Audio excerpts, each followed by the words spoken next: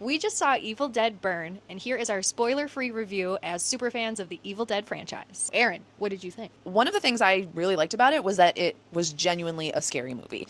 There were a couple of moments, and again, this is spoiler free, there were a couple moments where I literally had chills down my spine. The scene at the table and the dad with the gun, I'm not going to say anything more than that, but genuinely there were some terrifying moments in the movie, and I thought they nailed the horror aspect of it. I really liked the score and the sound editing.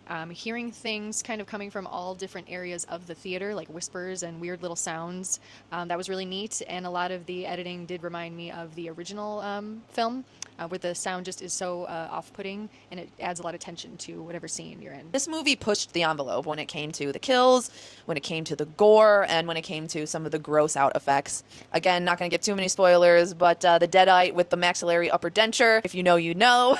Yum. I was genuinely grossed out, definitely gagged during that part. But yeah, definitely some visceral reactions you will get in the theater if you watch this. I really enjoyed the stylized cinematography. It was very reminiscent of the Raimi style of filming of the Evil Dead movies, where there's a lot of tracking shots, a lot of really funky and interesting camera angles. The scene from the trailer, which was a oneer, which they refer to it as in the film industry, where it's a one-take shot where the main character was trying to kind of escape or kind of hide in the scene, and all the chaos was unfolding around her, but that was all done in one continuous shot, so that's really neat.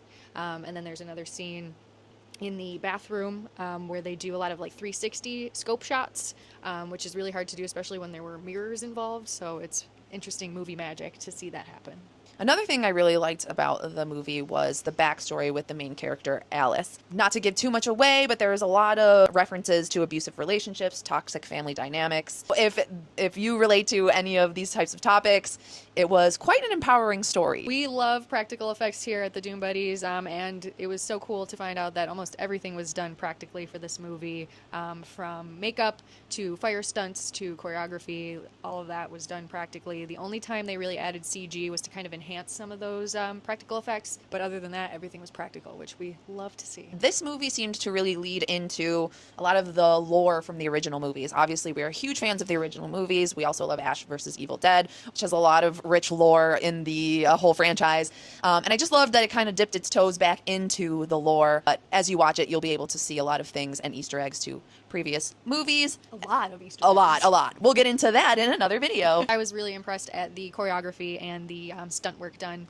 A lot of fight scenes, I would say, almost, especially in closed quarters, done with practical effects. Like, that is chef's kiss for me. There was really only one thing we disliked about it, and we put that you knew who was going to be the Ash-like character. That was pretty predictable, but again, not enough to make us not enjoy it. No, I love it, and I would still see it again. Same. Some of the negative reviews have been about how it's not as campy as the original movies, and or it leans too much into the violent, gory nature, which we disagree. Hard disagree. I thought the movie was funny in its own way. Agreed. Anytime you have a Deadite, they're going to come up with some quippy one-liners. They're going to hit you with some insults. It's just a different kind of humor. I don't think the campy kind of humor would really work in the modern horror world that we live in. And you also can't really do it without our man. You can't do it without Bruce Campbell. That was my main point. It's kind of hard to achieve that same campy nature of the other movies without him. I think this is a movie you should definitely form your own opinions on. Absolutely. And With any as media. and as people who typically are pretty harsh when it comes to I'm a movie hater. reviews, this was kind of a home run for us. Absolutely.